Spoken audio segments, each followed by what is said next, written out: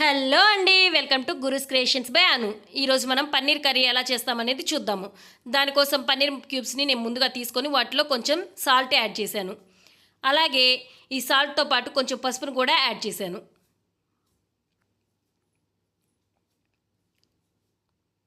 Next కొంచెం కారం add చేశాను.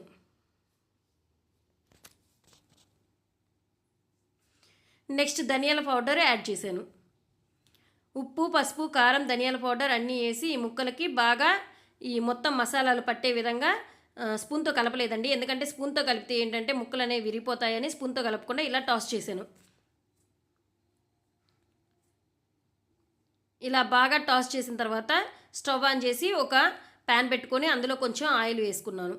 ఇలా ఆయిల్ హీట్ ఎక్కేదాకా చూసుకున్నాను. ఆయిల్ హీట్ ఎక్కేదాకా ఈ పన్నీర్ ముక్కలు ఉన్నాయి కదండి, వీటిని మళ్ళీ ఇంకోసారి టాస్ చేసి ఇలా ఈ పన్నీర్ ముక్కలన్నీ కూడా ఆయిల్ హీట్ ఎక్కాయి అని చూసుకున్న తర్వాత ఆ హీట్ ఎక్కిన ఆయిల్లో ఈ పన్నీర్ ముక్కలన్నీ వేసాను.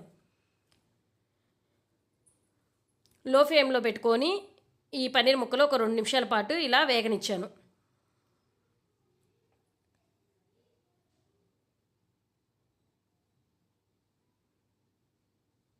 ఈ వేగిన ఈ పన్నీర్ ముక్కలన్నీ కూడా ఇంకొక గిన్నెలోకి షిఫ్ట్ చేసుకున్నాను అనమాట.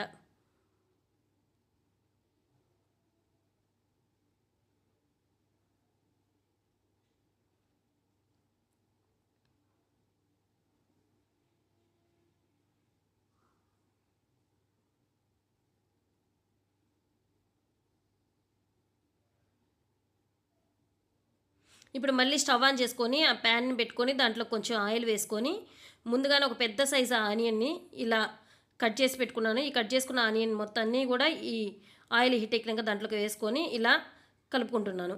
ఈ ఆనియన్ కొంచెం మగ్గే విధంగా చూసుకున్నాను. ఈ ఆనియన్ ఇలా మగ్గేలోపు ఒక 2 మీడియం సైజ్ టమోటాలు తీసుకొని వాటిని బాగా కట్ చేసి పెట్టుకున్నాను. అదేవిధంగా 2 పచ్చిమిర్చి కూడా తీసుకొని వాటిని కూడా కట్ చేసుకున్నాను.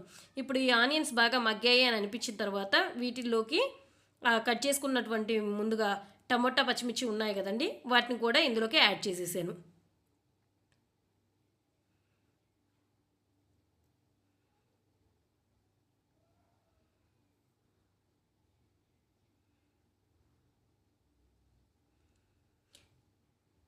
ఇప్పుడు వీటిని బాగా మగ్గనిచ్చి మగ్గాయి అని అనుకున్న తర్వాత స్టవ్ ఆఫ్ చేసేసి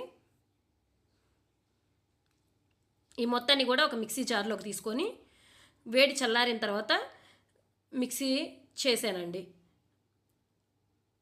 ఒక టమాటో ప్యూరీ లాగా రెడీ చేసి పెట్టేసుకున్నాను.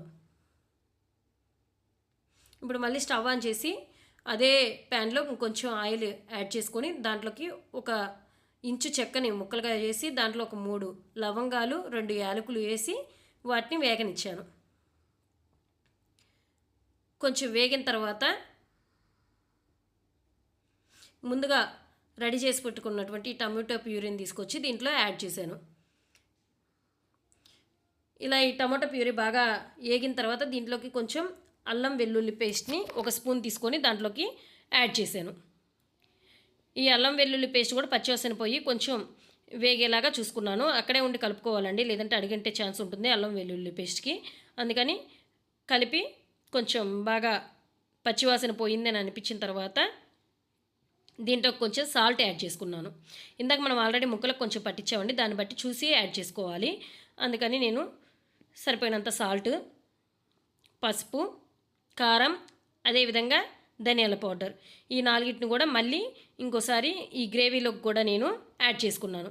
ఇందాక మనం ముక్కలకు పట్టించామండి, ఇప్పుడు ఈ గ్రేవీకి చూసుకొని వేసుకోవాలి. అందుకని ఇలా యాడ్ చేసుకున్నానండి.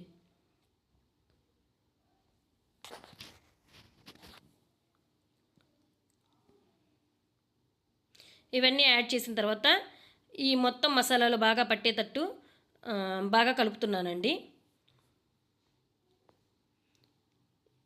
మసాలాలన్నీ కొంచెం ఏగాయి బాగానే ఉంది అని అనిపించిన టైంలో ముందుగా రెడీ చేసి పెట్టుకున్నటువంటి ఈ పన్నీర్ ముక్కలన్నింటిని కూడా ఇందులోకి యాడ్ చేసేసాను.